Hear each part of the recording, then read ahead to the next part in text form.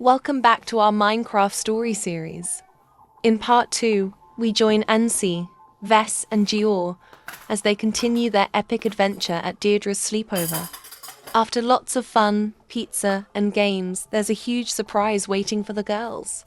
Will the mystery behind the fabric-covered table finally be revealed?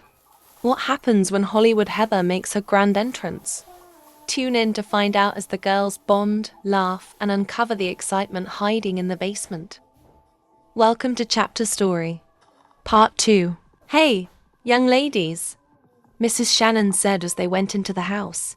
Deirdre's mother was wearing a pink sweater and dark stretch jeans. Her earthy-colored hair was brushed in a slick flip. Hi, Ancy said in her most amiable voice. How about you bring your stuff down to the cellar? Mrs. Shannon said. That is where the tomfoolery is. Furthermore, the tidbits. Deirdre added. Deirdre waved them to the entry prompting the storm cellar. Geor highlighted a dim blue gym bag against the wall. Appears as though somebody failed to remember their sack, she said. Deirdre crushed her nose and said, That is Rena Vander foul ball pack. I'm making her keep it higher up so it doesn't smell up the sleepover. Ancy felt something stimulate her lower leg. She peered down and saw a shaggy white feline. It murmured delicately as it scoured against Ancy's leg. She seems to be a marshmallow. Ancy cooed. You speculated her name, Deirdre said. It's Marshmallow. Could Marshmallow at any point come to the party? Geor inquired. I wish, Deirdre murmured. Rena is adversely affected by felines. Rena Vander was in Mrs. Ailey's third grade class at school. She was tall to the point that she played ball with the fourth grade young men at break. She was additionally turning out to be excellent companions with Deirdre. The young ladies strolled down the tight flight of stairs to the storm cellar. The room was finished with silver and gold inflatables and large cardboard stars. A sign on the wall read, Yippee for Hollywood. There was likewise an extra-large television, a Blu-ray player, a solar, against one wall and retires loaded up with books and games. A table was heaped high with presents for Deirdre. Ancy saw more young ladies sitting on the floor with their dolls. She perceived Rena, Kendra Jackchild, Mardy Foley, Andrea Wu, and Marcy Rubin. Ancy knew everybody from school with the exception of a young lady, going around in footsie night robe.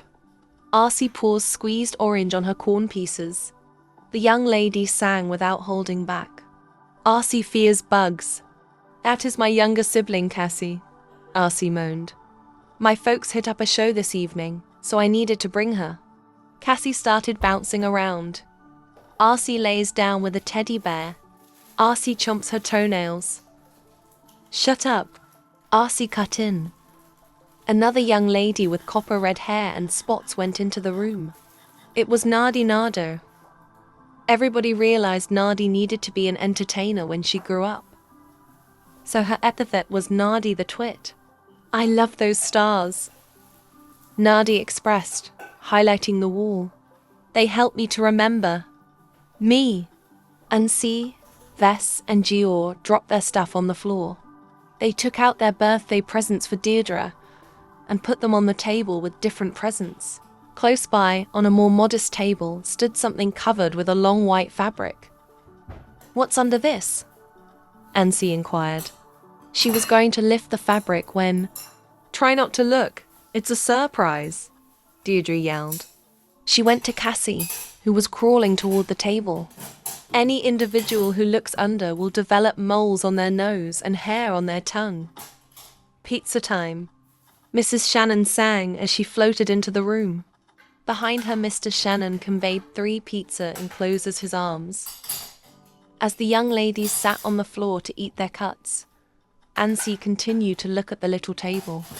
I can't help thinking about what's under that material, she murmured. I really want to believe that we find out soon. Tess murmured back. The young ladies ate 3 sorts of pies, pepperoni, mushroom, and additional cheddar. Cassie squeezed 2 pepperonis against her eyes and went around the room yelling, I'm an outsider from planet Pizza Pie. You mean space trainee? Ancy murmured. Ancy took a taste of fruit juice. Then, at that point, she inquired, "Where's your city young lady's doll, Deirdre?" I was unable to choose which one to cut down, Deirdre said with a shrug. That is a weird reason. Ancy thought as she got another cut. The young ladies completed every one of the 3 pizzas. Then, at that point, Deirdre opened her presents. She adored the spec writing material set that Ancy gave her. After every one of the presents were opened, everybody changed into their peas and had a pajama design show. Here is Vess displaying her #1 pink peas, Nardi declared with a French pronunciation. Merci, Vess. Vess whirled like a supermodel. Then Geor claimed to stroll down a runway in her red and white striped nightrobe. Following her was Ancy in her #1 cupcake peas. Of the relative multitude of nightrobe, Nardi's orange ones were the most brilliant. Also, Nancy thought her shoes with the unicorn heads were the best time. Say cheddar, Deirdre said. She held up her camera. I need an image of everybody with their city young ladies' dolls. The young ladies gathered together. They grinned as they held up their dolls. Cheddar, with pepperoni. Rena kidded. Deirdre gazed at Trina's doll. What is that? She inquired. Indianapolis Ivy, Trina replied. My city, young lady's doll. Know all the city young ladies' dolls, Deirdre said. Furthermore, I never knew about Indianapolis Ivy. I've never known about Indianapolis Ivy either. Maddie said, Are you saying my doll is phony? Rena inquired. Ancy trusted Deirdre and Rena wouldn't battle. You all. Ancy said, Why does it matter, as long as we as a whole love our dolls? All of a sudden Rena tossed back her head and let out a major sniffle. Okay, achoo. Mio, Ancy pivoted. She saw Marshmallow, the feline cushioning around the room. You know I'm hypersensitive to felines. Rena sniffed. My folks probably left the storm cellar entry open, Deirdre said. Apologies, Marshmallow. It's all Rena's shortcoming, you can't come to the party. She got the feline and conveyed her up the cellar steps. Mardy laughed. However, Rena mumbled some thing like, Whatever, Dee. We should play another game, Ancy exclaimed. The game they generally played was classified. C as the award. The young ladies isolated into groups. Then, at that point, they set off to find a goodie sack that Mrs. Shannon had concealed someplace in the room. Ancy, Vess, and Geor were in the same boat. Where do we begin looking? Geor inquired. Ancy's eyes dashed around the room. She saw something shimmering on the floor covering and stooped down for a more critical look. It was a small cluster of green sparkle. A couple inches away was one more spot of sparkle. I assume I see a path, Ancy murmured. We should see where it leads. The young ladies followed the sparkle to a shelf. Look, there's more sparkle on one of the racks, Ancy cried. Tucked between 2 books was the goodie pack brightened with green sparkle. Track down it, Ancy called out. Everybody looked as Ancy opened the goodie pack. It was loaded up with 3 pink bangle wristbands and 3 arrangements of matching barrettes. Pretty, Cassie shouted. How could you think that it is so quick? Kendra inquired. Ancy followed the sparkle trail. Geor said, You're great at tracking down things, Ancy, Andrea said. Furthermore, speculating things, Vess added. I surmise I'm, Ancy said happily. You all.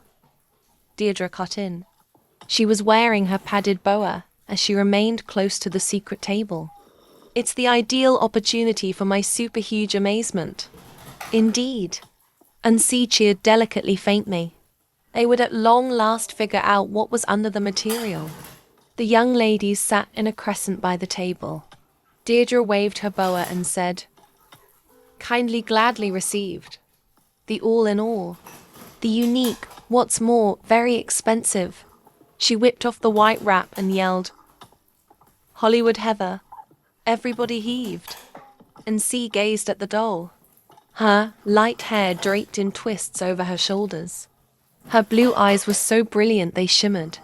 She was wearing an apple green rain guard, a white cowhide skirt, and matching white boots. Her silver band hoops sparkled against her sun-tanned cheeks. It's her, Ancy fainted. It's Hollywood Heather, Vess murmured. That makes sense of the Hollywood party, Kendra said. All of a sudden a shoe hit the back wall. Ancy could see it was a unicorn shoe. It's ridiculous, a voice yelled. It's ridiculous. If you love Minecraft storytelling, sleepover adventures and surprises, make sure to like, comment and subscribe for more fun stories and surprises. What do you think of Hollywood Heather? Let us know in the comments below. Thank you for staying and see you for the part 3 of this series.